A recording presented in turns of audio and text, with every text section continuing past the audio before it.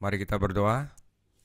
Tuhan Yesus, terima kasih hari ini kita dapat berkumpul kembali untuk mempelajari firman-Mu. Hari ini kami belajar untuk bagaimana berhubungan dengan sesama kami, bagaimana kita tidak menghakimi sesama kami karena kita telah menjadi warga kerajaan surga. Tuhan Yesus, ajarilah kami hal-hal ini dalam pengajaran hari ini. Bukalah hati kami agar kami mengerti, sehingga kami dapat lebih lagi menyerupai Engkau, Tuhan Yesus. Tuhan Yesus, jauhkanlah kami dari percobaan, lepaskanlah kami dari yang jahat, karena Engkaulah yang punya kerajaan, kuasa, dan kemuliaan sampai selama-lamanya. Amin. Oke, saudara, hari ini topiknya adalah prinsip Sang Raja Penghakiman Sejati. Oke, khotbah di bukit bagian ketiga. Nah, nanti saya, karena waktu itu ada call BOG, saya akan setelah 12 sesi ini, saya akan masukkan apologetik 3, yaitu apa itu iman Kristen, apa itu pengharapan Kristen, dan apa itu kasih Kristen. Oke, terima kasih atas idenya. Oke, saya mulai penghakiman sejati. Ahli Taurat dan orang Farisi bersalah karena mereka menghakimi diri mereka sendiri, menghakimi orang lain, dan bahkan menghakimi Tuhan. Kebenaran mereka yang palsu turut mendorong penghakiman yang salah ini. Ini menjelaskan mengapa Tuhan Yesus menutup khotbah di bukit yang penting ini dengan pembahasan tentang penghakiman. Di dalamnya, ia membahas 3 penghakiman yang berbeda. Yang pertama adalah penghakiman kita terhadap diri kita sendiri, ayat 1-5. Kedua, penghakiman kita terhadap orang lain, ayat 6-20. Dan penghakiman Allah terhadap kita, ayat 21-29. Mari kita mulai dengan ayat 1-5. Matius 7 ayat 1-5.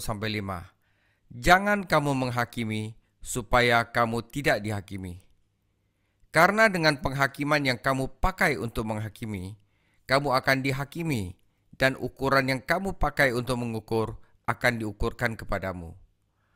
Mengapakah engkau melihat selumbar di mata saudaramu, sedangkan balok di dalam matamu tidak engkau ketahui? Bagaimana engkau dapat berkata kepada saudaramu, biarlah aku mengeluarkan selumbar itu dari matamu, padahal ada balok di dalam matamu? Hai orang munafik, keluarkanlah dahulu balok dari matamu, maka engkau akan melihat dengan jelas untuk mengeluarkan selumbar itu dari mata saudaramu. Oke, saudara, jelas ya? Prinsip penghakiman pertama adalah penghakiman kita terhadap diri kita sendiri. Prinsip pertama penghakiman adalah bahwa kita mulai dari diri kita sendiri. Yesus tidak melarang kita untuk menyatakan kesalahan orang lain, karena perbedaan yang cermat sangat penting dalam kehidupan Kristen. Ya, pembedaan yang cermat, penilaian tepat itu penting. Kasih Kristen tidaklah buta. Orang yang percaya pada semua yang didengarnya dan menerima setiap orang yang mengaku rohani, saudara akan mengalami kebingungan dan kehilangan rohani yang besar. Ya, kita bisa nilai orang lain karena kalau semua orang lain dengar sama kita dan kita percaya, wah kacau, ya. Namun sebelum kita menghakimi orang lain, nah ini yang penting. Kita harus menghakimi diri kita sendiri dan ada beberapa alasan untuk ini. Pertama, karena memang kita akan dihakimi. Kata kerja menghakimi menandakan penghakiman terakhir yang akan berlangsung sekali untuk selama-lamanya.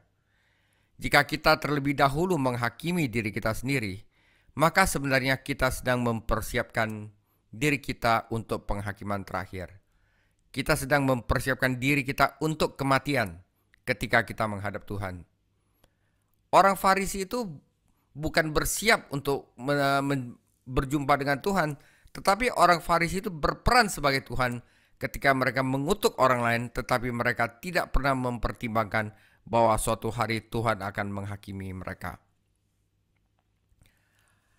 Dan selain kita akan dihakimi, sebenarnya kita sedang dihakimi. Ya, bagian paralel dalam Lukas 6 ayat 37-38 berguna di sini. Bukan hanya Tuhan yang akan menghakimi kita di akhir zaman, tetapi orang-orang juga menghakimi kita sekarang.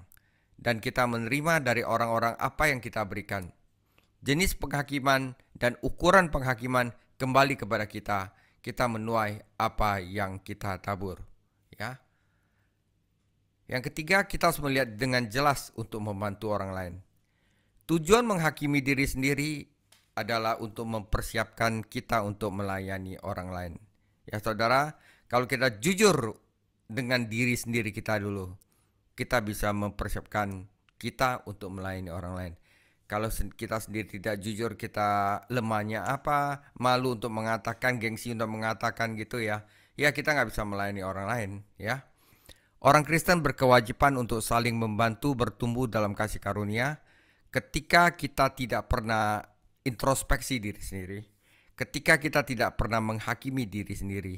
Kita tidak hanya nantinya akan menyakiti diri sendiri, tetapi kita juga akan menyakiti orang-orang yang dapat kita layani. Orang Farisi menghakimi dan mengkritik orang lain agar mereka terlihat baik. Tetapi orang Kristen harus menghakimi diri mereka sendiri sehingga mereka dapat membantu orang lain terlihat baik. Ada perbedaannya. Ya. Mari kita lihat ilustrasi Tuhan tentang hal ini. Yesus memilih simbol mata karena ini adalah salah satu area tubuh manusia yang paling sensitif. Gambaran seorang pria dengan kayu berukuran 2 kali 4 inci tertancap di matanya. Balok, saudara. Ya. Dan coba membersihkan setitik debu dari mata orang lain. Sungguh menggelikan. Ya, jika kita tidak jujur menghadapi dosa-dosa kita sendiri dan mengakuinya, kita menutup mata terhadap diri kita sendiri dan kemudian kita tidak dapat melihat dengan cukup jelas untuk membantu orang lain. Orang Farisi melihat dosa-dosa orang lain, tetapi mereka tidak mau melihat dosa mereka sendiri. Dalam Matius 6 ayat 22-23, Yesus menggunakan ilustrasi mata untuk mengajar kita bagaimana memiliki pandangan rohani terhadap kehidupan. Kita tidak boleh menghakimi motivasi orang lain. Wah, jangan-jangan motivasi dia begitu loh. Ya, kita bisa menilai, tapi kita tidak boleh. Udah pasti kamu maksudnya begini ya. Nah, kita harus memeriksa tindakan dan sikap mereka yang kelihatan, tetapi kita tidak dapat menghakimi motivasi mereka. Karena motivasi itu datangnya dari hati, dan hati manusia hanya karena Tuhan yang dapat melihat hati mereka. Seseorang dapat melakukan pekerjaan yang baik dengan motivasi yang buruk. Seseorang juga dapat gagal dalam suatu tugas, tetapi tetap memiliki motivasi yang sangat tulus. Ketika kita berdiri di hadapan kursi penghakiman, yang Tuhan periksa itu adalah hati manusia. Dia akan memeriksa rahasia hati dan memberikan kita pahala yang sesuai. Oke, karena itu kadang-kadang orang itu bikinnya nggak bagus, langsung kita hakimi. Oh pasti begini. Nah itu salah, belum tentu, karena hati manusia hanya Tuhan yang tahu. Ya, kadang-kadang dia berbuatnya baik, dibungkus kayaknya keren gitu, tapi sebenarnya hatinya busuk. Wah bagus ya kan, belum tentu ya. Yang akan memberikan penghakiman terhadap hati manusia, motivasi manusia adalah nanti Tuhan sendiri di kursi penghakiman. Nah saudara, gambaran mata mengajarkan kita kebenaran yang lain. Kita harus menunjukkan kasih dan kelembutan saat kita berusaha menolong orang lain. Seperti dokter mata, kita harus melayani orang yang ingin kita tolong dengan perawatan yang penuh kasih sayang. Kita dapat melakukan lebih banyak kerusakan daripada setitik kotoran di mata jika kita mendekati orang lain dengan ketidaksabaran dan ketidakpekaan. Dua hal ekstrim yang harus dihindari dalam pemeriksaan diri rohani. Yang pertama adalah tipu daya pemeriksaan dangkal. Terkadang kita begitu yakin akan diri kita sendiri sehingga kita gagal memeriksa hati kita dengan jujur dan menyeluruh. Seperti Yakobus 1 ayat 22-25. Pandangan sekilas ke cermin firman tidak akan pernah mengungkapkan situasi yang sebenarnya. Ya. Hal ekstrim kedua yang apa saya sebut dengan otopsi terus-menerus, ya. Selalu tertuduh melulu ya. Nah, ini juga nggak baik. Terkadang kita begitu terhanyut dalam pemeriksaan diri sendiri sehingga kita menjadi tidak seimbang. Namun kita tidak harus hanya melihat diri kita sendiri atau lama-lama kita akan menjadi putus asa dan kalah. Kita harus memandang Yesus Kristus dengan iman dan membiarkannya Dia mengampuni dan memulihkan kita. Setan adalah penuduh dan dia akan senang saat kita tertuduh atau mengutuki diri sendiri, ya saudara. Jadi kadang-kadang kita nggak boleh terlalu yakin, tapi kadang-kadang kita juga tidak boleh menjadi sangat tertuduh. Ya, setelah kita menghakimi diri kita sendiri dengan jujur di hadapan Tuhan dan telah menyingkirkan hal-hal yang membutakan kita, maka kita dapat menolong orang lain dan menghakimi pekerjaan mereka dengan benar. Namun jika kita tahu ada dosa dalam hidup kita dan kita mencoba menolong orang lain, kita adalah orang munafik. Bahkan pelayanan dapat menjadi alat untuk menutupi dosa. Orang Farisi bersalah atas hal ini dan Yesus mencela mereka karenanya. Oke, itu bagian pertama. Bagian kedua adalah Matius 7 ayat 6-20. Jangan kamu memberikan barang yang kudus kepada anjing, dan jangan kamu melemparkan mutiaramu kepada babi, supaya jangan diinjak-injaknya dengan kakinya, lalu berbalik mengoyak kamu. Mintalah, maka akan diberikan kepadamu, carilah, maka akan mendapat, ketoklah, maka pintu akan dibukakan bagimu. Karena setiap orang yang meminta, menerima, dan setiap orang mencari, mendapat, dan setiap orang mengetok, baginya pintu dibukakan. Adakah seorang yang daripadamu yang memberi batu kepada anaknya jika ia meminta roti, atau memberi ular jika ia meminta ikan? Jadi, jika kamu yang jahat tahu memberi pemberian yang baik kepada anak-anakmu, apalagi Bapamu yang di sorga, Ia akan memberikan yang baik kepada mereka yang meminta kepadanya. Segala sesuatu yang kamu kehendaki supaya orang perbuat kepadamu, perbuatlah demikian kepada mereka. Itulah isi seluruh hukum Taurat dan kitab para nabi. Masuklah melalui pintu yang sesak itu, karena lebarlah pintu dan luaslah jalan yang menuju kepada kebinasaan, dan banyak orang yang masuk melaluinya. Karena sesaklah pintu dan sempitlah jalan yang menuju kepada kehidupan, dan sedikit orang yang mendapatinya. Waspadalah terhadap nabi-nabi palsu yang datang kepadamu dengan menyamar seperti domba, tetapi sesungguhnya mereka adalah serigala yang buas. Dari buahnya lah kamu akan mengenal mereka. Dapatkah orang memetik buah anggur dari semak duri, atau buah ara dari duri rumput? Demikianlah setiap pohon yang baik menghasilkan buah yang baik, sedang pohon yang tidak baik menghasilkan buah yang tidak baik. Tidak mungkin pohon yang baik itu menghasilkan buah yang tidak baik, ataupun pohon yang tidak baik itu menghasilkan buah yang baik. Dan setiap pohon yang tidak menghasilkan buah yang baik pasti ditebang dan dibuang ke dalam api. Dan jadi dari buahnya lah kamu akan mengenal mereka. Saudara, bagaimana kita menghakimi orang lain? Ya, orang Kristen harus menggunakan hikmat atau kebijaksanaan. Ya, karena saudara, di dalam gereja, di dalam jemaat, tidak semua orang adalah domba. Ya, tidak semua orang adalah domba. Sebagian orang adalah anjing atau babi, dan sebagian lagi adalah serigala berbulu domba.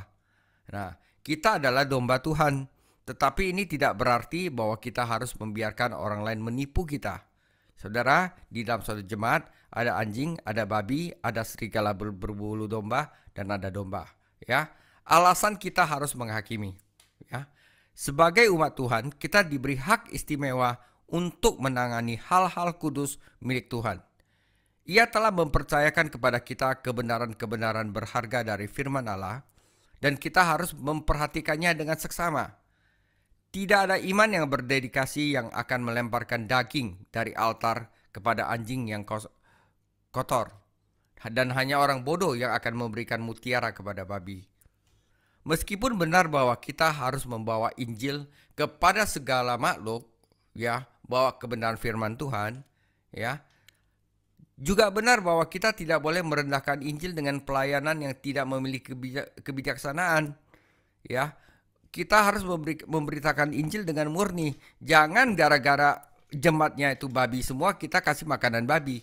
Ya, kita merendahkan Injil. Ya, bahkan Yesus menolak untuk berbicara kepada Herodes, dan Paulus menolak untuk orang berdebat dengan orang-orang menentang firman.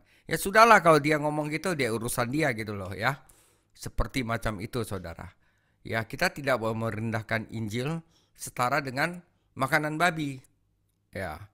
Jadi alasan untuk menghakimi bukanlah agar kita dapat mengutuk orang lain, menyalahkan orang lain, tetapi agar kita dapat melayani mereka. Ya. Perhatikan bahwa Yesus selalu memperlakukan setiap orang sesuai dengan kebutuhan dan kondisi rohani mereka. Dia tidak memiliki pidato yang dihafalkan yang dia gunakan untuk semua orang.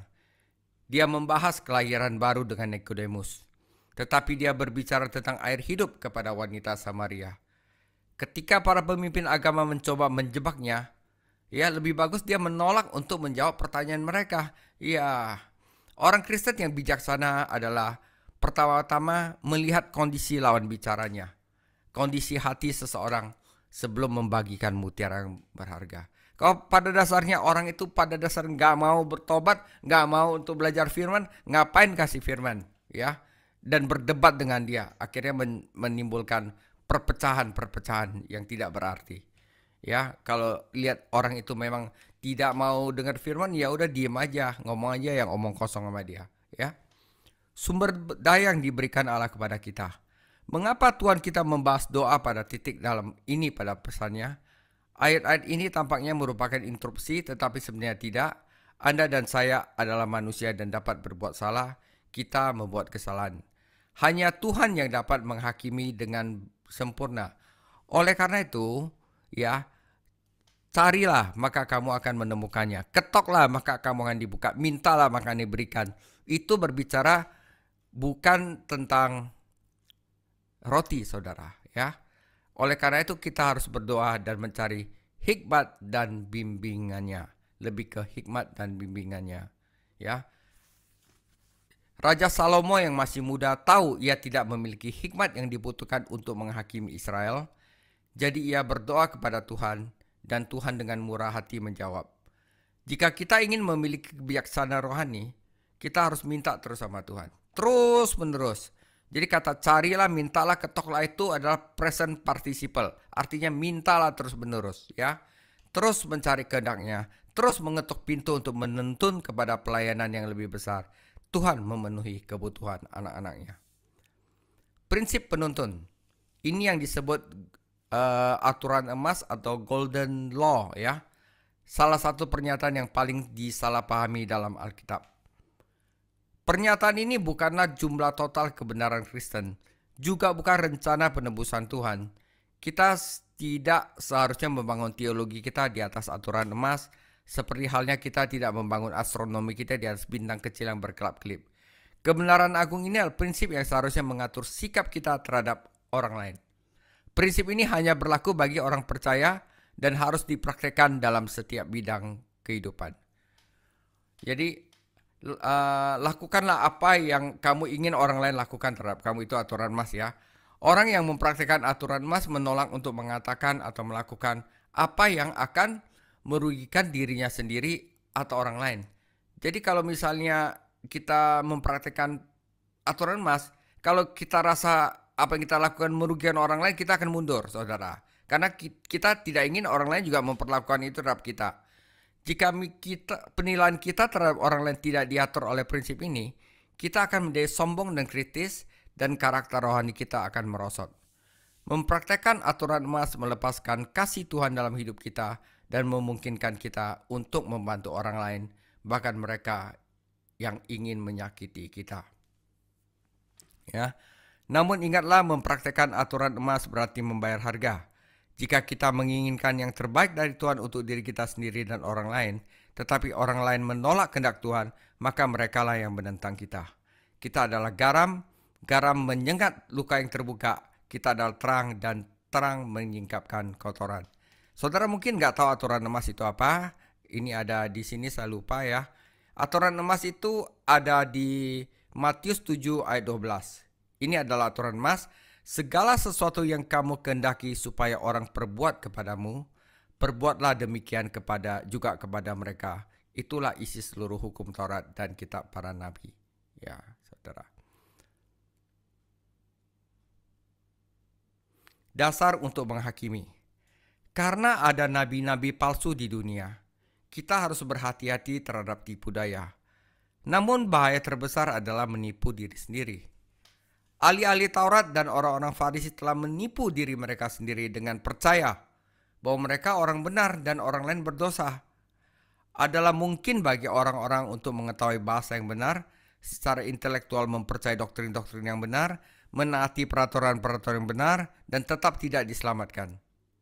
Yesus menggunakan dua gambaran untuk membantu kita menghakimi diri kita sendiri dan orang lain. Dua jalan, jalan yang sempit dan jalan yang lebar.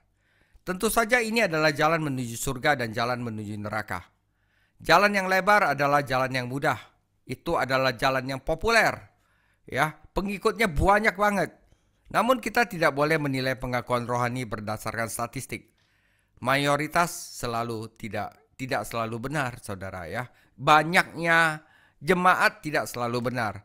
Fakta bahwa setiap orang melakukannya bukanlah bukti apa yang mereka lakukan benar. Oke? Justru sebaliknya yang benar, umat Allah selalu menjadi sisa, minoritas kecil di dunia ini. Alasannya tidak sulit untuk ditemukan. Jalan hidup itu sempit, sepi, dan mahal. Kita dapat berjalan di jalan yang lebar dan tetap menyimpan beban dosa dan keduniawian kita. Namun jika kita memasuki jalan yang sempit, kita harus melepaskan semua itu. Jadi, inilah ujian pertama. Ya, saudara, perhatikan baik-baik. Apakah pengakuan iman Anda kepada Yesus Kristus mengorbankan sesuatu bagi Anda? Jika tidak, jangan-jangan itu bukan pengakuan yang sejati. Ya. Banyak orang percaya kepada Kristus Yesus tetapi tidak pernah meninggalkan jalan yang lebar beserta keinginan dan pergaulannya, ya. Saudara, mereka memiliki kekristenan yang mudah yang tidak menuntut apapun dari mereka. Namun Yesus berkata bahwa jalan yang sempit itu sulit. Kita tidak dapat berjalan di dua jalan, kedua arah yang berbeda pada saat yang bersamaan. Saya kasih contoh misalnya, seorang artis, ya, dia harus pakai istilahnya kedukun, susuk untuk dia bisa istilahnya laku di pasaran, ya. Tapi setelah dia percaya Yesus, dia nggak boleh pakai dukun lagi. Maka dia harus tinggalkan itu. Yang dia korbankan apa? Kelarisan dia. Larisan dia tiba-tiba hilang. Nah, dengan demikian sama seperti ini, saudara. Jika kita ingin benar-benar percaya kepada Yesus, apakah ada sesuatu yang duniawi yang kita korbankan? Ya, kalau kita tidak mau korbankan itu, ya, maka itu bukan pengakuan yang sejati. Oke? Saudara, tentang dua pohon. Ini menunjukkan bahwa iman sejati kepada Kristus mengubah hidup dan menghasilkan buah bagi kemuliaan Allah. Iman sejati pasti hidupnya berubah. Kalau misalnya dia udah kenal Yesus selama 20 tahun, tapi hidupnya tidak berubah, itu bukan iman yang sejati. Ya, tidak menghasilkan buah, apalagi karakternya tidak berubah, ya. Segala sesuatu di alam ini berkembang biak menurut jenisnya, dan ini juga berlaku di alam rohani. Ya. Kucing tetap aja kucing. Ya, kecuali kucing itu udah ditransformasikan jadi orang yang bisa jalan dua kaki. Ya, buah yang baik tetap aja akan menghasilkan pohon yang baik. Pohon yang baik tetap aja akan menghasilkan buah yang baik. Tetapi buah yang buruk berasal dari pohon yang buruk. Pohon yang menghasilkan buah yang busuk akan ditebang dan dibuang ke dalam api. Jadi dari buahnya lah kamu akan mengenal mereka. Matius 7 ayat 20. Ujian kedua adalah, apakah keputusan saya untuk menerima Yesus mengubah hidup Anda? Mengubah hidup saya. Kalau tidak mengubah, ya, dari dulu iri sampai sekarang iri, tambah iri, lihat orang itu iri, ya itu belum menerima Kristus, jelas. Ya, nabi-nabi palsu yang mengajarkan doktrin palsu hanya dapat menghasilkan kebenaran palsu. Buah mereka, hasil pelayanan mereka palsu dan tidak akan dapat bertahan lama. Para nabi sendiri palsu. Semakin dekat dengan mereka, semakin kita melihat kepalsuan hidup dan doktrin mereka. Mereka akan memuliakan diri mereka sendiri, bukan Yesus Kristus. Dan tujuan mereka adalah mengeksploitasi orang, bukan untuk membangun mereka. Orang yang percaya doktrin palsu atau yang mengikuti nabi palsu tidak akan pernah mengalami perubahan hidup. Nah, saudara, di saat ini kita introspeksi ya. Ada orang yang tidak menyadari hal ini sampai semuanya terlambat. Ya. Oke, saudara. Bagian ketiga adalah penghakiman Tuhan kepada kita. Matius 7 ayat 21 sampai 29. Bukan setiap orang yang berseru kepadaku, Tuhan, Tuhan akan masuk ke dalam kerajaan sorga, melainkan dia yang melakukan kehendak Bapa-Ku yang di sorga. Pada hari terakhir, banyak orang yang akan berseru kepadaku, Tuhan, Tuhan, bukankah kami berbuat demi nama-Mu, dan mengusir setan demi nama-Mu, dan mengadakan banyak mujizat demi nama-Mu juga? Pada waktu itulah aku akan berterus terang kepada mereka dan berkata, aku tidak pernah mengenal engkau. Enyalah daripadaku kamu sekalian pembuat kejahatan. Setiap orang mendengar perkataanku ini dan melakukannya, ia sama dengan orang bijaksana yang mendirikan rumahnya di atas batu. Kemudian turunlah hujan dan datanglah banjir, lalu angin melanda rumah itu, tetapi rumah itu tidak rubuh sebab didirikan di atas batu. Tetapi setiap orang yang mendengar perkataanku ini dan tidak melakukannya, ia sama dengan orang yang bodoh yang mendirikan rumahnya di atas pasir. Kemudian turunlah hujan dan datanglah banjir, lalu angin melanda rumah itu dan sehingga rubuhlah rumah itu dan hebatlah kerusakannya. Jadi saudara, khotbah di bukit itu perlu didengar dan dilakukan nggak? Sangat-sangat perlu. Itu perkataan Tuhan Yesus. Siapa yang tidak melakukannya dan tidak mendengar, ia seperti orang bodoh yang mendirikan rumahnya di atas pasir. Jadi saudara, khotbah di bukit itu bukan sesuatu yang harus kita lakukan untuk menjadi orang Kristen. Tetapi karena kita udah jadi orang Kristen, kita harus melakukan khotbah di bukit. Ya. Dan setelah Yesus mengakhiri perkataan ini, takjublah orang banyak itu mendengar pengajarannya. Sebab ia mengajar mereka sebagai orang yang berkuasa, tidak seperti ahli-ahli Taurat mereka. Saudara, bagian ketiga adalah penghakiman Tuhan terhadap kita nanti akhir zaman ya. Dari gambaran dua jalan dan dua pohon, Tuhan kita menutup pesannya dengan gambaran dua orang pembangun dan rumah mereka. Dua jalan menggambarkan awal kehidupan iman. Ya, kamu mau ikut jalan yang susah atau ikut jalan yang populer. Dua pohon menggambarkan pertumbuhan hasil kehidupan iman di sini, sanctification. Kita berubah nggak karakternya? Kita menghasilkan buah nggak di sini dan di sana? Dan dua rumah menggambarkan akhir kehidupan iman. Ya saudara ya, ingat. Dua jalan menggambarkan awal kehidupan iman. Dua pohon menggambarkan pertumbuhan iman. Dan dua rumah menggambarkan akhir kehidupan iman. Ketika Tuhan akan memanggil segala sesuatu untuk dihakimi, ada nabi-nabi palsu di pintu gerbang yang mengarah ke jalan yang lebar, yang memudahkan orang untuk masuk, namun di ujung jalan kehancuran. Ujian terakhir bukanlah apa yang kita pikirkan tentang diri kita sendiri, atau mungkin yang dipikirkan orang lain. Ujian terakhir adalah apa yang Tuhan katakan. Saudara, bagaimana kita dapat mempersiapkan diri untuk penghakiman ini? Dengan melakukan kehendak Tuhan. Bagaimana kita tahu kehendak Tuhan? Belajar firman Tuhan. Ya, ketaatan pada kehendaknya adalah ujian iman sejati kepada Kristus. Ujiannya bukan dengan kata-kata yang mengatakan Tuhan, Tuhan dan tidak menaati perintah-perintahnya. Betapa mudahnya mempelajari kotak-kata agama dan bahkan menghafal ayat-ayat Alkitab, lagu-lagu keagamaan, tetapi tidak menaati kehendak Tuhan. Ketika seorang benar-benar dilahirkan kembali, ia memiliki Roh Kudus yang hidup di dalam dirinya, dan Roh Kudus itu memampukan untuk mengetahui dan melakukan kehendak Bapa.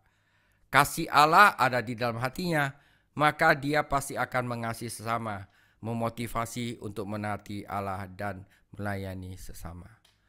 Perkataan bukanlah pengganti ketaatan, begitu pula pekerjaan keagamaan. Berkhotbah, mengusir setan, melakukan mujizat dapat diilhami secara ilahi. Tetapi itu tidak memberikan jaminan keselamatan. Kemungkinan besar bahwa Yudas ikut serta dalam beberapa atau semua kegiatan ini. Tetapi ia bukanlah orang percaya sejati. Pada akhir zaman yang seremnya, setan akan menggunakan mujizat-mujizat palsu untuk menipu orang. Kita bukan percaya pada mujizat, saudara. Itu akan digunakan setan untuk menipu orang. Yang harus kita dengar adalah firman Allah dan melakukannya. Kita tidak boleh berhenti hanya dengan mendengar atau mempelajari firman-Nya. Pendengaran kita harus menghasilkan tindakan. Inilah yang dimaksud dengan membangun di atas fondasi batu karang. Dan orang melakukan itu pasti masuk surga. Ya, kita tidak boleh mencampur adukan simbol ini dengan batu karang dalam 1 Korintus 3 ayat 9. Paulus mendirikan gereja lokal di Korintus di atas Yesus Kristus ketika ia memberitakan Injil dan memenangkan banyak orang bagi Kristus.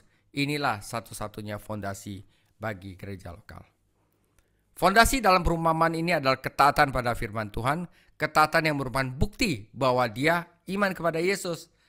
Kedua pria dalam kisah ini memiliki banyak kesamaan. Keduanya memiliki keinginan untuk membangun rumah. Keduanya membangun rumah yang tampak bagus dan kokoh. Namun ketika penghakiman datang, yaitu badai, salah satu rumah itu runtuh. Apa bedanya? Bukan sekedar penampilan luarnya aja. Perbedaan adalah fondasi. Pembangun yang berhasil menggali dalam-dalam firman Tuhan, dia gali sampai dia itu mengetahui kehendak Allah, barusan mendirikan rumah di atasnya. Itu mendirikan rumahnya di atas fondasi yang kokoh. Tetapi pengakuan palsu akan bertahan sampai penghakiman datang. Terkadang penghakiman ini dalam bentuk pencobaan hidup, seperti orang menerima benih firman Tuhan ke dalam hati yang dangkal. Ya, dia tidak benar-benar percaya pada firman Tuhan. Akhirnya apa? Di masa penghakiman, pada masa penghakiman akhir, komitmennya gagal ketika ujian datang. Nah, banyak orang yang mengaku iman kepada Yesus, tetapi kemudian mengingkari iman mereka ketika hidup menjadi sulit dan mahal secara rohani. Namun penghakiman yang digambarkan di sini mungkin merujuk pada penghakiman terakhir di hadapan Tuhan, ya. Untuk nanti. Kita tidak boleh menafsirkan perumpamaan ini sebagai semua doktrin yang diajarkan dalam surat-surat, karena Tuhan sedang menggambarkan satu poin utama. Pengakuan iman kita itu benar-benar ngaku iman kepada Yesus, itu diuji di hadapan Tuhan akhirnya. Mereka yang telah percaya kepada Kristus dan telah membuktikan iman mereka melalui ketaatan mereka, tidak akan takut. Rumah mereka didirikan di atas batu yang kokoh dan akan berdiri kokoh. Namun mereka yang mengaku percaya kepada Yesus tetapi tidak menaati firman Tuhan akan dihukum. Bagaimana kita menguji pengakuan iman kita? Dengan kita popularitas? Tidak. Karena banyak orang di jalan yang lebar menuju kehancuran. Dan ada banyak orang bergantung pada kata-kata yang berkata, Tuhan, Tuhan, tetapi ini bukanlah jaminan keselamatan. Bahkan kegiatan agama dalam organisasi gereja bukanlah jaminan. Ya, penutup saudara. Lalu bagaimana kita akan menghakimi diri kita sendiri dan orang lain yang mengakui Kristus sebagai juru selamat? Kedua gambaran tersebut memberitahu kita untuk memeriksa biaya dari pengakuan iman kita. Saudara, setiap orang mengaku iman kepada Kristus sudah pasti membayar harga. Ya, sudahkah kita membayar harga untuk mengakui iman kepada Yesus? Kedua poin itu memberitahu kita untuk menyelidiki apakah hidup kita benar-benar berubah. Apakah ada buah-buah ilahi dalam hidup kita? Dan kedua rumah itu mengingatkan kita bahwa iman sejati kepada Kristus akan bertahan, tetapi tidak hanya dalam badai kehidupan, tetapi pada penghakiman terakhir. Jemaat-jemaat orang yang dengar ini tercengang ketika mendengar khotbah Yesus ini. Mengapa? Karena Yesus Kristus berbicara dengan otoritas ilahi. Ahli-ahli Taurat dan orang Farisi berbicara dari para penguasa. Ya, selalu mengutip rabi-rabi mereka dan ahli-ahli hukum. Yesus nggak perlu guru manusia untuk menambahkan otoritas pada perkataannya. Ya, karena ia berbicara sebagai anak Allah. Kita juga tidak perlu menambahkan apa-apa di firman Tuhan yang telah Tuhan berikan kepada kita. Itu udah otoritas tertinggi. Kita tidak dapat mengabaikan khotbah yang di bukit yang begitu luar biasa begitu saja. Karena Allah lah yang memberikan kepada kita. Kita harus tunduk di hadapannya, tunduk pada otoritasnya, atau kita akan dihukum. Saudara, demikianlah sharing saya khotbah di bukit dan sesuatu yang penting sekali, yaitu tentang prinsip penghakiman, prinsip sang raja, yaitu penghakiman sejati. Setelah sang raja mendapatkan kesaksian, Sang Raja mengajar, dan sekarang Sang Raja minggu depan akan melakukan 10 mujizat dari Sang Raja. Matius 8 sampai Matius 9. Saudara, nanti habis Injil Matius saya akan masuk ke Injil Lukas, ya, tentang the compassionate Son of Man, anak manusia. Ya, jadi kita punya topik masih banyak, ya, 24 video untuk Injil Lukas. Tuhan Yesus memberkati.